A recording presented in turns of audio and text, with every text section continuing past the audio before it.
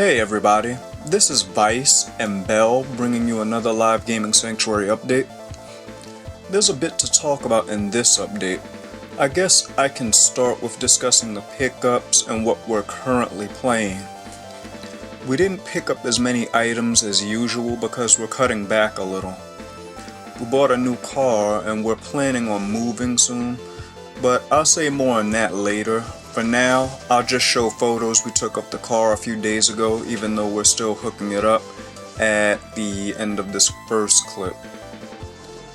The majority of the recent pickups are Dojin and PlayStation 2 imports, but there's some other good stuff too.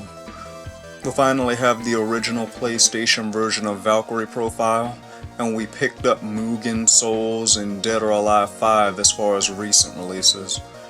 We also tested out buying a few repros, and those are Zelda Outlands, so I guess a modified version of the NES Zelda, the original one, and Secret of Mana 2, otherwise known as Seiken Densetsu 3. And it doesn't say it on the box of Secret of Mana 2, but this is the modified 3-player version. I think the Japanese original Seiken Densetsu 3, it was 2 players, even though there were still 3 characters that traveled together. I'm not exactly sure about that though, because I haven't played it in a while. We're still scouting for a few particular titles, but these pickup videos will probably contain less titles over the next year or so. I've been playing a few of these recent pickups lately, particularly Poiny's Poin and Dragon Shadow Spell, the latter of which was recommended to me by the YouTube user Vash X Shanks. I'm pretty sure that's how you pronounce it, I think so. Anyway, it's actually a pretty good game. We already showed some footage of Poiny's Poin, and I plan to show Dragon Shadow Spell pretty soon. My brother is currently playing Tadaima Yusha Botsuchu Okawari and translating various things in it. I was talking a little with the guy who recently translated the Super Famicom game Energy Breaker, and it got me interested in continuing my own, or our own rather, translation of Tadaima. My brother is currently picking up where I left off on that. It's a great game, and we actually played some of the Turbo CD game to see what it was like. It's got a variety of differences, and it's kinda cool too, though I would say it's more broken than the Super Famicom game. We're going to go back to recording more videos for platforms like Nintendo, Genesis / Mega Drive, Sega Saturn, Nintendo 64, PC 98, Dreamcast, and various other platforms. I know we've been uploading a lot of arcade games and dojin games lately, and I upload those regardless of what I have planned because they can be pumped out with relative quickness, but it's mostly been all we've uploaded in the past few months, so I want to change that. I also need to update some of the video descriptions I have. I'm generally gonna let the rest of this pickup footage speak for itself, because after this is done, or after we're done showing you that stuff, there's another segment that's gonna come up afterwards.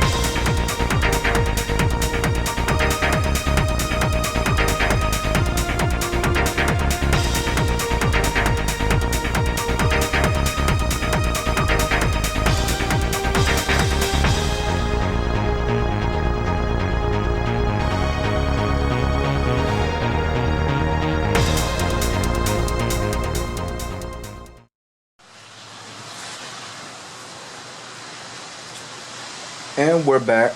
As you can see, it's really wet and windy out here.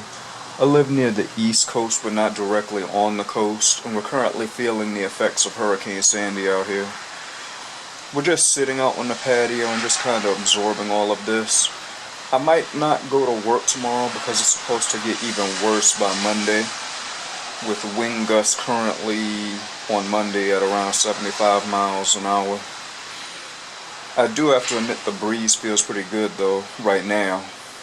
Anyway, if you live really close to the coast or on it, my basic advice to you is, if you're watching this video, we don't recommend doing what we're doing now, which is sitting out on your patio or sitting outside, because we're expecting some significant storm surge and increased weather conditions. It's just not a good idea to be outside anyway, so just stay safe.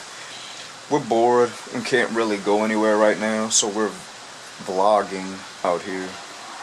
Vlogging. Anyway, so I was talking about moving earlier. There's a bunch of boxes in the living room, and we're planning on moving into a bigger place since it won't cost much more to do so at this point. I've been living at this place for a few years now, and the rent keeps slowly rising. So I'm just like, let's look into a bigger place, which I'm cool with. We still have a few months before our current lease is up, but I like to get things ready early because I hate rushing to do things at the last minute. Anyway, there's something important that I actually want to talk about today. I've received a variety of partnership offers in the past, and I was doing a lot of research on YouTube partnerships over the past few days. A lot of people have been saying that we should have a lot more subs than we do, and our channel is at the point where we can partner with just about any gaming related partner. We, myself and Bell, applied for a partnership a few days ago with Fullscreen just to see what it was like, and we got a reply almost immediately after, I guess, sending out or filling out the application, accepting us into the partnership. But then I was looking around at all the partner channels on YouTube, and we sort of reconsidered. I was talking with the partnership recruiter of Fullscreen, and he was a nice guy and everything, but I didn't really feel confident about the overall experience, and I explained my position to him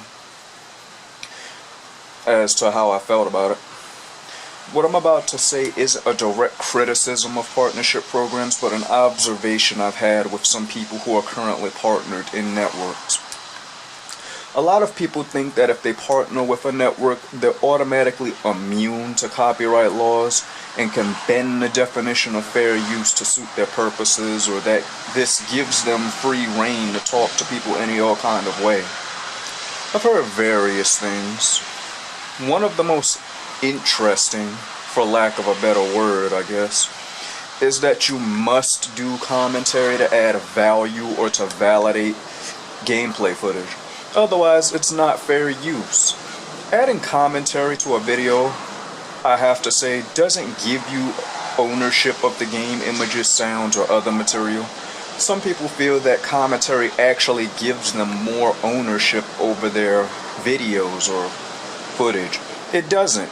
That's like saying if I, for example, put a custom-made watermark in a movie like Forrest Gump and uploaded it to YouTube, it's my movie because my watermark is in it and I made that watermark.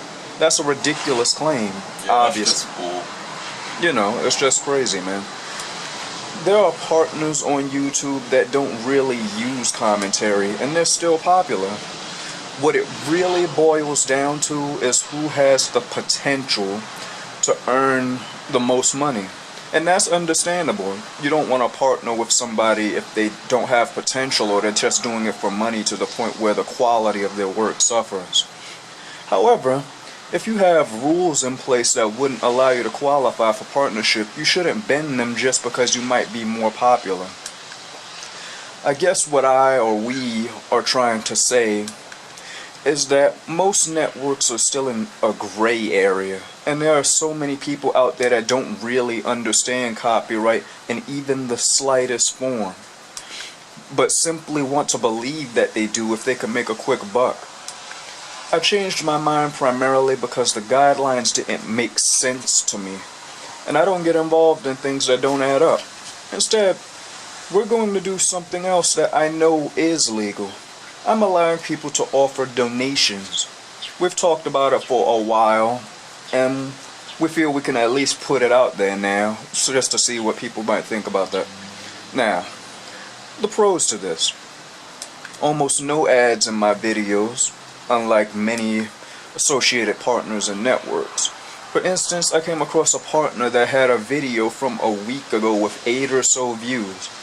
Okay, now, that's fine. I've been there. I used to be at that point and stage, you know. But you don't want to click on something that has 8 views and it still has ads on it. You know, really? If you thought you weren't getting views before, they're gonna take a bigger hit now. That's why I believe you should only partner when you're actually ready instead of trying to jump right out the gate into it. Yeah, because if they have something that's good on another channel, you might as well just go to that other channel and watch it. Exactly. You're gonna sit through ads and everything. Anyway, the only videos that will have ads are ones with content ID matches, legitimate or not.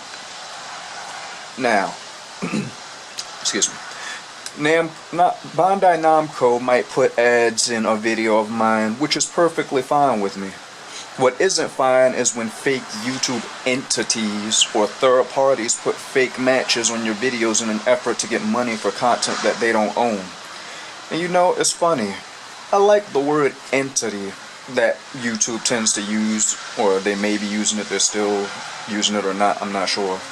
Because it conveys a feeling of vagueness, and there's a lot of vagueness going on YouTube right now, and it just rolls off the tongue as a word, something that's not to be trusted. You know, it sounds sneaky and suspicious.